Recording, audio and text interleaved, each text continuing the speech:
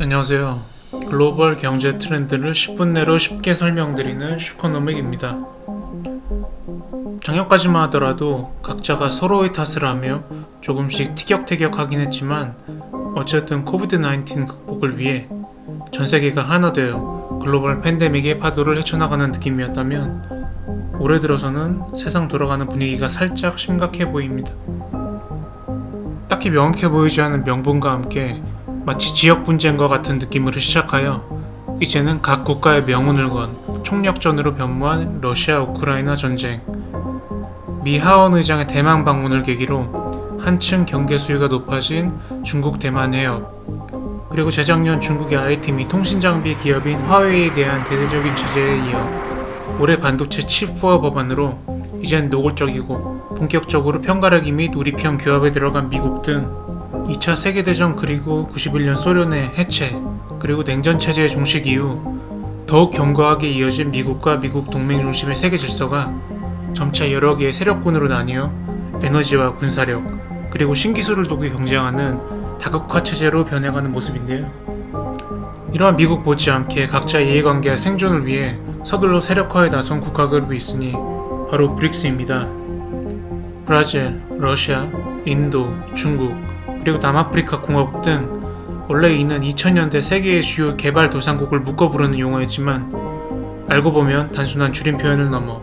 브릭스 국가들은 2010년 남아공이 마지막으로 합류하여 올해까지도 매년 주기적으로 정상회담을 가지고 있고 2014년에는 1000억 달러 규모의 공동자본을 통하여 브릭스 디벨롭먼트 뱅크를 설립, 각종 저개발국의 공공개발 및 자금 지원 등을 자처하며 영향력을 확대하고 지속적으로 국제적인 역할론을 내세우고 있죠.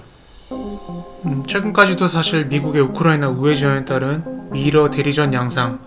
그리고 미국 월가 자손용계의 거인 레이 달리오에 져서 변화하는 세계 질서에서 암시된 미-중 미래 경쟁에 있어 중국의 승리 및 G1 부상 등 글로벌 파워게임의 스팟라이트는 항상 미국 대 러시아, 미국 대 중국 등 각 개별 국가 간의 경쟁 구도 중심으로 포커스가 맞춰졌지만 최근 들어 브릭스라는 단어가 다시 국제정세의 전면에 등장하게 된 계기가 따로 있는데요. 올 6월 제14차 브릭스 정상회담에서 러시아의 푸틴 대통령이 서방 중심의 세계 질서에 휘둘려지지 않을 브릭스 독자 경제권 구축을 주창하고 이보다 더 나아가 자체적인 국제 결제 시스템과 기축통화 수립을 제안한 내용이 바로 그것입니다. 이는 러시아 우크라이나 전쟁 초기 미국 주도로 이루어진 러시아의 국제결제망 스위프트 퇴출과 해외 자산 동결에 대한 어찌 보면 즉흥적인 반발에 따른 것으로 보이기도 하지만 브릭스만의 자체 결제 시스템 그리고 심지어 기축통화에 대한 아이디어조차 갑자기 대두된 새로운 것이 아닌 최소한 3년 전인 2019년 또는 그보다 더 이전부터 연구 및 고려된 개념일 수 있다는 점이 알려져 어찌 보면 상당히 놀라운데요. 러시아의 싱크탱크 성격의 포럼인 발다이 디스커션 클럽의 알렉산더 로제브라는 러시아의 외교국방위원회 일원이 2019년 5월에 기고한 글에 따르면 이때부터 이미 브릭스페이라는 자체 결제 시스템의 개념이 등장한 것을 알 수 있습니다. 심지어 국가 간의 대규모 홀세일 결제에 대한 부분을 넘어서 온라인 지갑과 애플페이와 같은 모바일 플랫폼을 통해 해당 시스템을 일반 대중에게 수평 전개한다는 다소 구체적인 플랜 역시 나와 있는데요.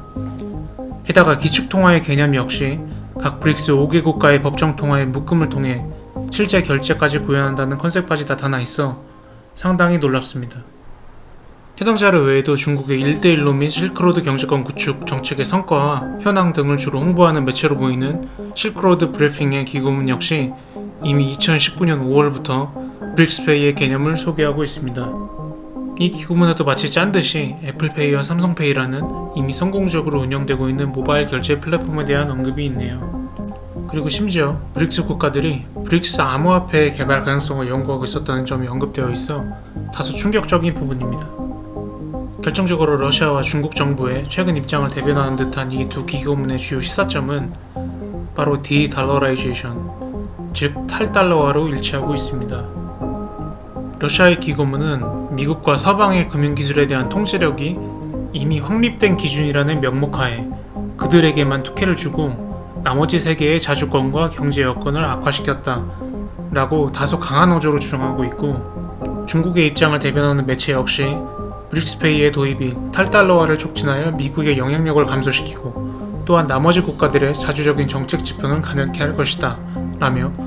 마치 정치 선전물과 같은 어조로 주장을 이어가고 있습니다. 공교롭게도 두 기구문의 기구 일자가 2019년 5월로 동일한 것 역시 재미있는 부분이고, 기축통화의 개념을 통화 바스켓으로 실현시킬 것이냐 아니면 일종의 블록체인 암호화폐로 구현시킬 것이냐 라는 차이점만 제외하면 마치 한 사람이 썼다고 해도 믿길 정도로 내용 전개 방법 및 어조가 동일한 부분도 흥미롭습니다. 더구나 기구문의 내용과 같이 그때부터 이미 일종의 브릭스 기축통화에 대한 연구가 진행되고 있었다면, 푸틴의 최근 발언은 단순한 허세나 혼란스러운 상황 속에서 나온 뇌피셜이 아닌 예전부터 준비된 브릭스페이 시스템과 기축통화의 본격 도입에 앞선 운 띄우기는 아닐까요?